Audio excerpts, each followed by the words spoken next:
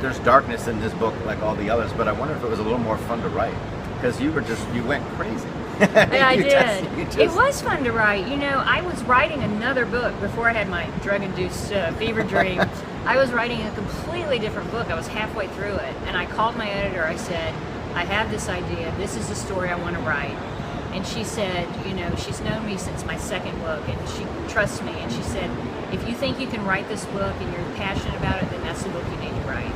And I just sat down, and in 3 months I had the basic skeleton of the book, and I was very sure about it. I knew the characters. I mean, that's such an important part of writing. It's what makes series writing a little easier because you have this second hand with the characters. You already know them. You know how they respond, you know. It can be a little binding, you know, because if I write about Will Trent for 15 years, I can't suddenly say, by the way, he's into Civil War reenactments or, right. you know, something like that, or he only has 3 toes. So it was a little freeing to get in there and create these characters from scratch. And I felt like, you know, these are women that I know who are friends of mine, who are my sisters, and so it did have a sense of familiarity to it, which made it easier to talk about their lives.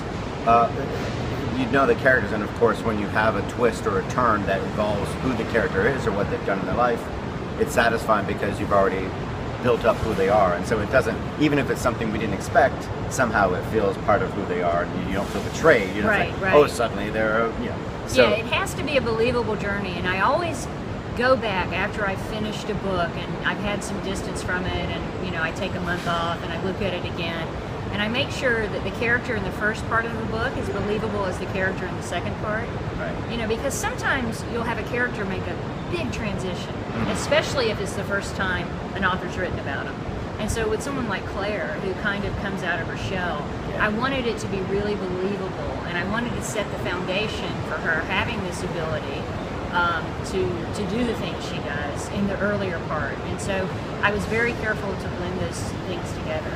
And so when they are real characters, I mean, like you mentioned before, when people have someone in their life disappear, of course, when they hear a story about Cincinnati, or they hear a story about an abduction, it grabs them. And you have this for the characters repeatedly throughout the book.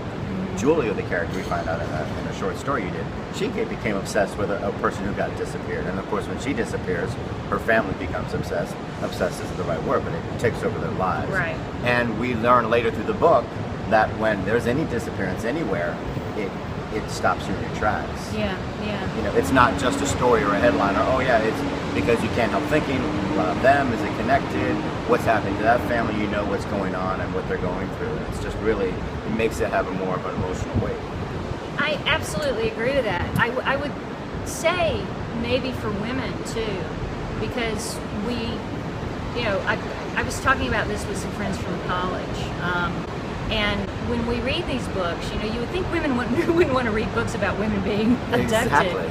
But we all know someone who's had, if not this experience, some experience. And we've all been scared. We've all been in the parking lot at night and we hear that sound and we just think, get to the car, lock the doors, start the car, get out of here, you know?